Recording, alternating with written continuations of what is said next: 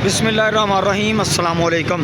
उकाड़ा में सीवरेज का मसला हर हुकूमत के लिए, हर गवर्नमेंट के अदारे के लिए दर्द सर बना होता है और इस वक्त सबसे ज़्यादा जो काम है वो सीवरेज के हवाले से किया जा रहा है। बड़ी पाइपलाइन बिछाई जा रही है जो अभी दीपालपुर चौक से ओवरहेड ब्रिज तक पहुंच चुकी है और ये काम बड़ी तेज़ी से जारी है।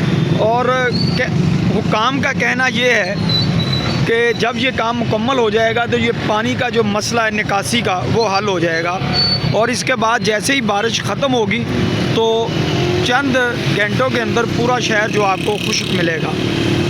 अब देखते हैं कि ये काम कब तक मुकम्मल होता है। खुशाइंद बात है कि तरक्याती काम उकाड़ा में जारी हैं और तेज़ी से ये पाया तकमील को पहुंच रहे हैं। ये मनाज़र आपको जो हम दिखा रहे हैं दीपालपुर चौक के हैं और अगर हम ओवरहेड ब्रिज के पास पहुंचे तो वहाँ पे ये काम हो रहा है। पाइप डाले जा रहे हैं सीवरेज के ताकि शहर का जो पानी है वो जल्द अज जल्द बारिश के बाद उसका निकासी हो सके ताकि लोगों का जो रोज़गार मुतासर होता है वो मुतासर ना हो।